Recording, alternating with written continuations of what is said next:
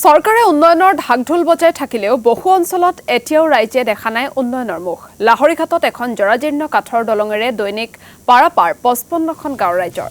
ভঙা দলঙেৰে বিপদসংকুলভাৱে যাতায়াত অব্যাহত ৰাখিছে লঘু যান-বাহনৰ লগতে স্কুল কলেজৰ শতাধিক শিক্ষাৰ্থীয়ে।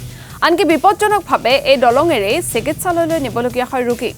স্থানীয় ৰাইজে শীঘ্ৰেই দলংখন মেৰামতি অথবা পুনৰ নিৰ্মাণৰ দাবী লোক নিৰ্মাণ বিভাগক।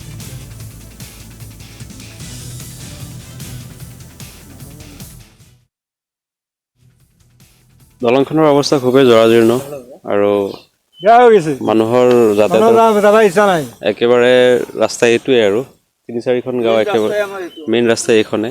এই যে যিটো অৱস্থা দেখিছোঁ কাঠবোৰ পচি গৈছে, ইয়াত গাড়ী এখন পাৰ হোৱাৰ বা মটৰচাইকেল যদি ৰাতি পাৰ হয় ইয়াত যে দুৰ্ঘটনা নহ'ব তাকতো নদী ক'ব নোৱাৰি। ৰাতি দুৰ্ঘটনা হোৱাটো একেবাৰে নিশ্চিত, দুৰ্ঘটনা হ'বই। মানুহে এতিয়া উপায় নাই, কি কৰিব এতিয়া, যেনে তেনে গৈ আছে আৰু চাই চিন্তি তেনেকৈ। লোক নিৰ্মাণ বিভাগ এটা আছে, বিভাগটোৱে এনেধৰণৰ বাটপথ নিৰ্মাণৰ ক্ষেত্ৰত বা মেৰামতিৰ ক্ষেত্ৰত তেওঁলোকে গুৰুত্ব দিব লাগে।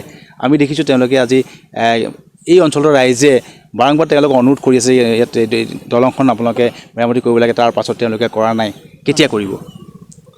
এতিয়া এইটো ডিপাৰ্টমেণ্টৰ ওপৰত কথা, মানুহৰতো অসুবিধা হৈয়ে আছে, তেওঁলোকে কেতিয়া কৰে।